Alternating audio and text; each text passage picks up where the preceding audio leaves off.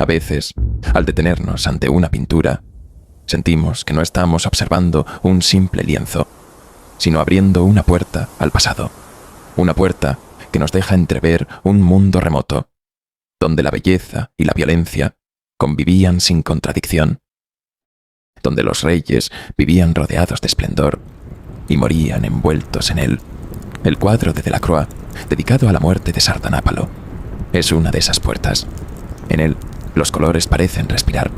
Los rojos se extienden como brasas recién avivadas. Los dorados brillan con la arrogancia de un tesoro que se resiste a apagarse.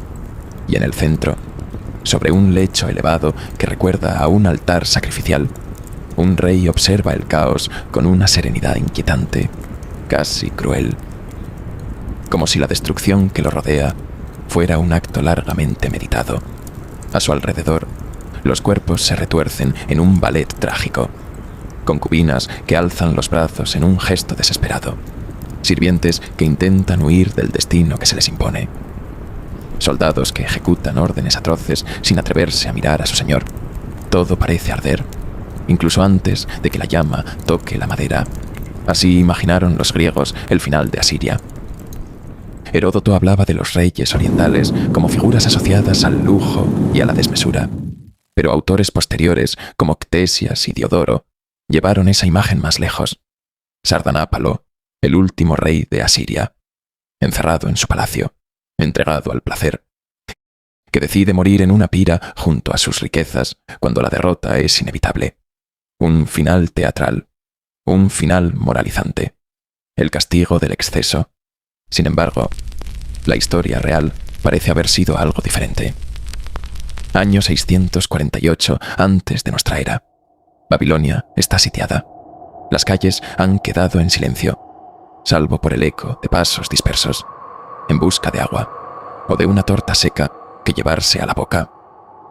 El humo se eleva desde los barrios más pobres. En el palacio, un rey contempla el horizonte, mientras la ciudad se desmorona. Ese rey no se llama Sardanápalo, se llama Shamash-shuma-ukin. Y el ejército que lo cerca no es un enemigo extranjero en sentido estricto, sino el del propio sistema imperial asirio, encabezado por su hermano, el rey Asurbanipal. Para entender cómo se llegó hasta aquí, hay que retroceder algunos años. El imperio neoasirio, en tiempos de Asarjatón, era una estructura de enorme alcance. Sus ejércitos habían cruzado continentes, sometido reinos y reorganizado territorios enteros. Pero Babilonia no era un territorio más. Era prestigio, era religión, era memoria, y también era algo más profundo, un lugar que incluso dentro del dominio asirio seguía siendo percibido como especial, cargado de una legitimidad religiosa que no podía ser ignorada. Años antes, el rey Senaquerib había llevado esa tensión al límite, en el marco de los conflictos con Elam. Su hijo Ashur-nadin-shumi, instalado como gobernante de Babilonia, fue capturado y desapareció en circunstancias que las fuentes no explican con claridad. La reacción fue extrema. En 689 a.C., Babilonia fue arrasada. Murallas destruidas, templos desmantelados, la ciudad devastada. Pero aquello no fue solo una decisión militar. En el mundo mesopotámico, destruir una ciudad como Babilonia no era un acto neutral. Era alterar un equilibrio donde lo político y lo sagrado estaban profundamente entrelazados. Y es aquí donde aparece algo importante, la sensación, visible incluso en la evolución posterior del imperio, de que ese gesto había ido demasiado lejos. Porque Babilonia no era solo una ciudad enemiga, era también el centro de un orden religioso, que el propio poder asirio, en el fondo, reconocía y necesitaba. Años después, su sucesor, Asarjadón, invirtió completamente esa política, reconstruyó Babilonia, restauró sus templos, devolvió sus cultos, no solo por cálculo político, también porque la destrucción anterior había mostrado algo que el imperio no podía ignorar. Babilonia no podía ser tratada como una ciudad más, sin alterar el equilibrio del propio sistema. Asarjadón consciente de esa fragilidad, intentó una solución más compleja: mantener Babilonia dentro del sistema asirio, mediante un rey propio, pero subordinado en la práctica al poder imperial. Así, Asurbanipal fue designado rey de Asiria. Shamash-Shuma-Ukin fue nombrado rey de Babilonia. En teoría, 2 reyes. En la práctica, una jerarquía cuidadosamente disimulada. Con el tiempo, la tensión se hizo inevitable. Shamash-Shuma-Ukin intentó afirmarse como rey pleno. Restauró templos. Se apoyó en la tradición babilonia. Buscó legitimidad propia, pero el equilibrio era inestable.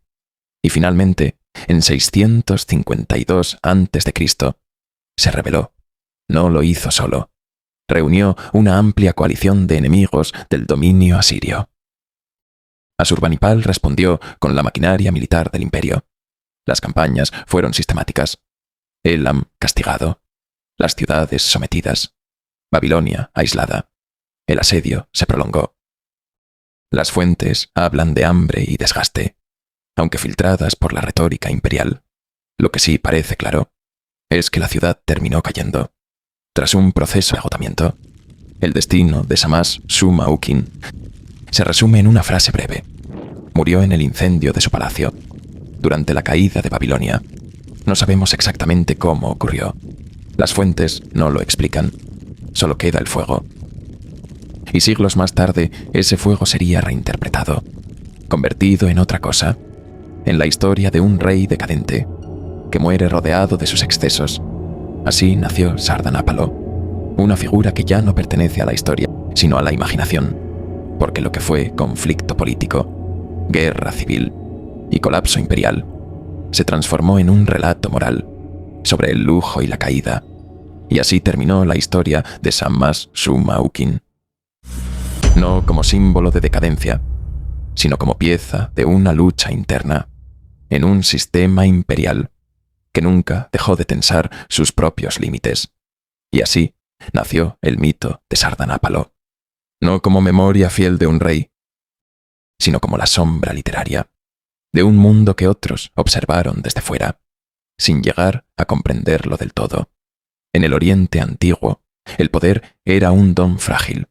Los reyes podían conquistar imperios, levantar ciudades, someter naciones, pero rara vez podían escapar de las tensiones que nacían dentro de su propia sangre, porque al final, en Asiria como en Babilonia, el enemigo más temible no siempre estaba más allá de las murallas, sino sentado en la mesa del mismo palacio.